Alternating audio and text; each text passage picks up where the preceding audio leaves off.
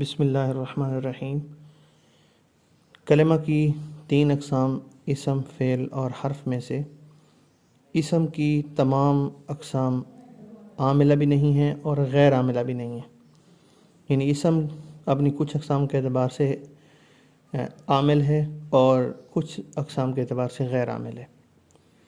اور حرف بھی اسی طرح ہے کہ حرف اپنی تمام اقسام کے اعتبار سے عامل نہیں ہے،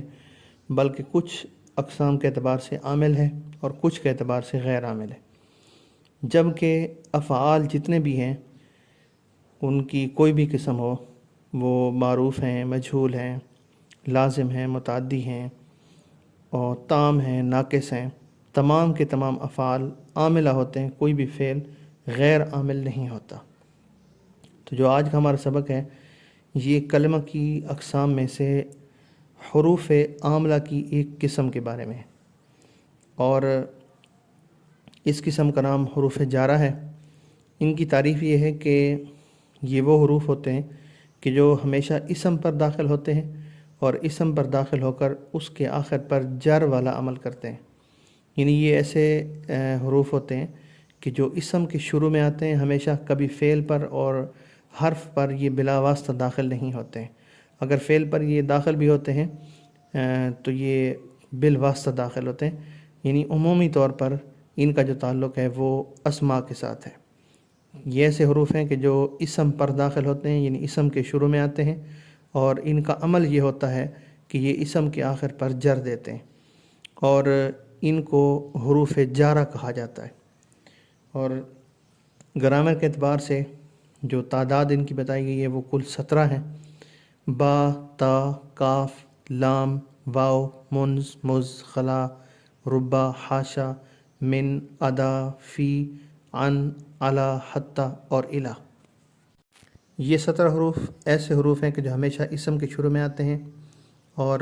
عمل جیسا کہ پہلے بیان کیا گیا ہے کہ عمل یہ ہے کہ اسم کے آخر پر جر والا عمل کرتے ہیں۔ مثال کے طور پہ جیسے عربی کی ایک مثال ہے مررت بزید، میں زید کے پاس سے گزرا۔ اس مثال میں با حرف جر ہے اور اس کے بعد زید یہ اسم ہے، کیونکہ اس کے آخر پر تنوین بھی آ رہی ہے، جر بھی آ رہی ہے، اسم کی علامات میں سے ہیں، تو یہ با حرف جر ہے، اور زید یہ مجرور ہے۔ اس با حرف جر نے اپنا عمل اس اسم کے شروع میں داخل ہو کر آخر میں دکھایا ہے کہ جو جر کی صورت میں ظاہر ہو رہا ہے۔ ان 17 حروف کو حروف جارہ بھی کہا جاتا ہے اور حروف جر بھی کہا جاتا ہے، اور یہ 17 حروف جو ہیں ان میں سے کوئی بھی حرف جب اسم کے شروع میں آتا ہے اور اس کے آخر کو جر دیتا ہے تو جس اسم کو یہ جر دے رہے ہوتے ہیں اس اسم کو گرامر کی روح سے مجرور کہا جاتا ہے۔ مجرور معنی جس کے آخر پر جر دی گئی ہو۔ مثال کے طور پہ جیسے ابھی مثال میں گزرا ہے بزیدن میں جو با ہے یہ حرف جر ہے، اور اس نے زیدن کے آخر پر جر والا عمل کیا ہے، تو یہ زیدن اس کا مجرور ہے۔ حروف جارہ کے بارے میں چند ضروری احکامات۔ پہلا حکم یہ ہے کہ حروف جارہ اور ان کے مجرور، یعنی یہ جو 17 حروف گنوائے گئے ہیں یہ حروف ہوں، اور جس کو یہ جر دیں گے وہ ان کا مجرور کہلاتا ہے۔ یہ حروف جارہ اور ان کے مجرور کو جملے میں ہم بلا واسطہ جملے کا کوئی جز بھی نہیں بنا سکتے، یعنی جملے میں مثال کے طور پہ جیسے ایک سے زائد اجزاء سے مل کر جملہ بنتا ہے، تو جملے میں ہم بلا واسطہ ڈائریکٹلی طور پہ حروف جارہ اور ان کے مجرور کو جملے کے ایک جز کی حیثیت سے شمار نہیں کر سکتے ہیں۔ ہاں اس وقت ان کو شمار ایک جز کی حیثیت سے کیا جائے گا، جملے کا جز بنا کر، کہ جب ان کا ہم تعلق جوڑ دیں گے۔ اب جملے کے جز ہونے کی حیثیت سے ان کا شمار کیے جانا اس شرط پر موقوف ہے کہ ان حروف جارہ اور ان کے مجرور کا تعلق ہم کسی سے جوڑیں، تو جس کے ساتھ ہم ان کا تعلق جوڑیں گے وہ یا تو اسم ہوگا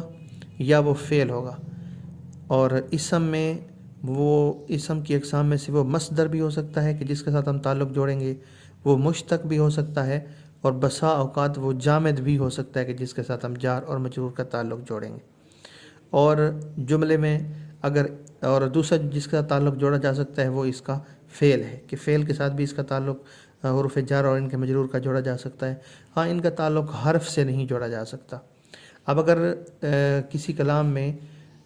اسم اور فعل موجود ہیں تو ترجیحاتی بنیاد پر اس جار اور مجرور کا تعلق ہم جس سے جوڑیں گے وہ فعل ہوگا، کہ یعنی عمومی طور پہ گرامر کی روح سے اور بہتر جو ایک طریقہ ہے وہ یہی ہے کہ حروف جارہ اور ان کے مجرور کا تعلق جو ہے وہ فعل سے جوڑا جائے۔ اسم سے بھی جوڑا جاتا ہے، وہ بھی درست ہے، لیکن فعل سے جوڑنا یہ زیادہ اولیٰ ہے۔ معنی کے اعتبار سے ہم دیکھیں گے کلام کے اندر معنی کے اعتبار سے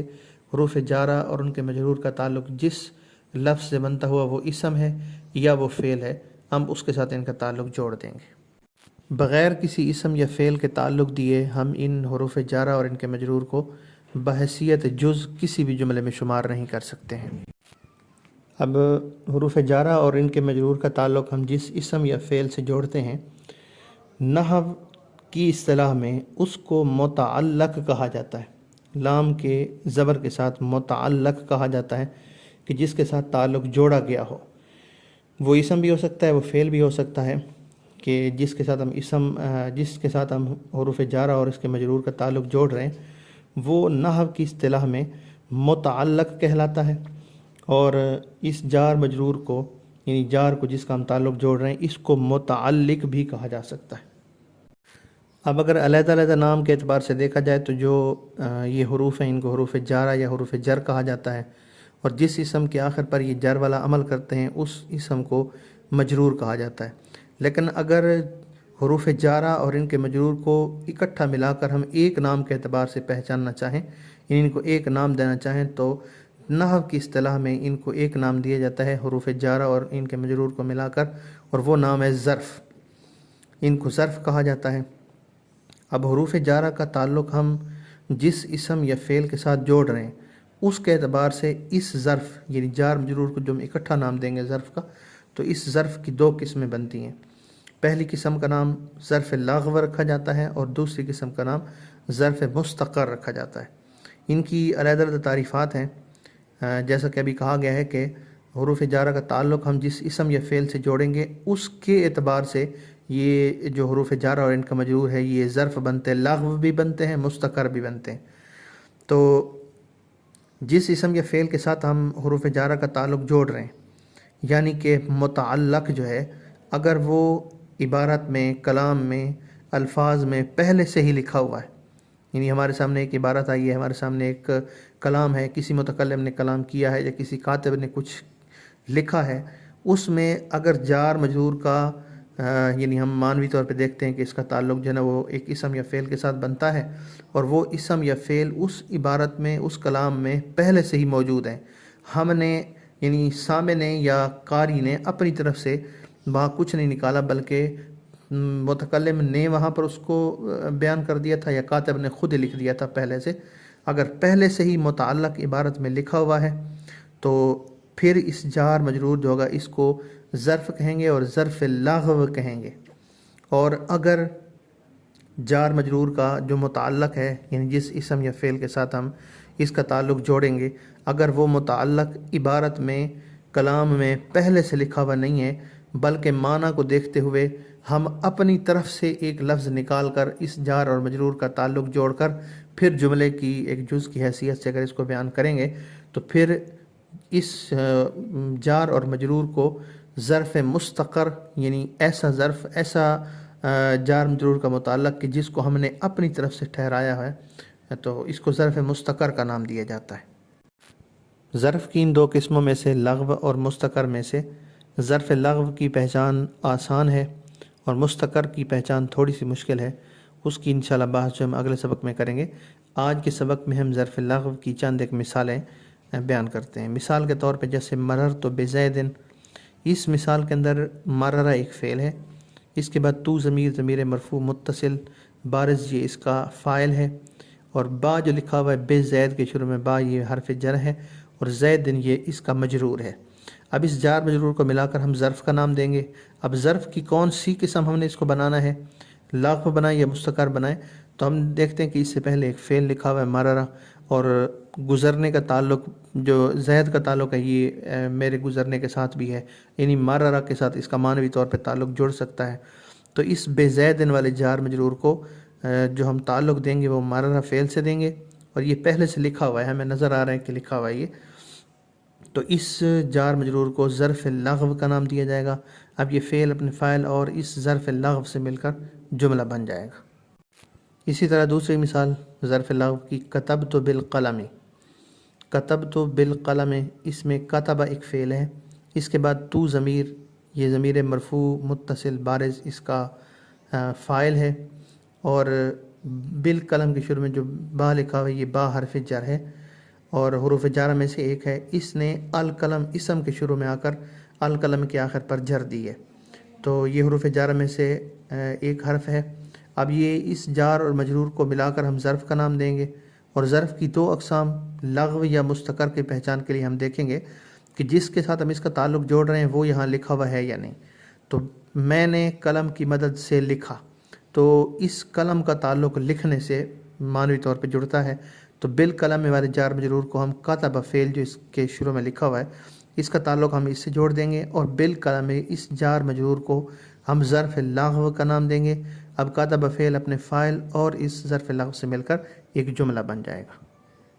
اسی طرح ظرف لغو کی ایک مثال رکبت علی الفرس۔ اب اس مثال کے اندر اگر دیکھا جائے تو راکبہ فعل ہے، تو ضمیر اس کا فاعل ہے، یہ ضمیر مرفوع متصل بارز یہ اس کا فاعل ہے، علی حرف جر ہے، اور الفرسی یہ ایک اسم ہے کیونکہ اس کے شروع میں الف لام آ رہا ہے، یہ اسم کی علامت ہے، یہ اس کا مجرور ہے۔ علی حرف جر نے اس الفرسی اسم کے شروع میں آ کر اس کے آخر پر جر والا عمل کیا ہے کہ اس کے آخر کو جر دی ہے۔ اب اس مثال میں علی الفرسی والے جو جار مجرور ہیں یہ ایک ظرف ہیں۔ لغو اور مستقر کی پہچان کے لیے ہم اس کا متعلق دیکھیں گے جس کے ساتھ ہم نے اس کا تعلق جوڑنا ہے، تو میں سوار ہوا گھوڑے پر، تو اس میں جو گھوڑے پر ہونا ہے اس کا تعلق سوار ہونے سے ہے، تو راکبہ فعل سے اس کا تعلق جوڑ سکتے ہیں معنوی طور پہ، تو علی الفرس اس جار مجرور کا متعلق راکبہ فعل ہے، اور یہ فعل پہلے سے لکھا ہوا ہے، ہم نے اپنی طرف سے نہیں بنایا، تو اس جار مجرور کو ظرف لغو کا نام دیا جائے گا۔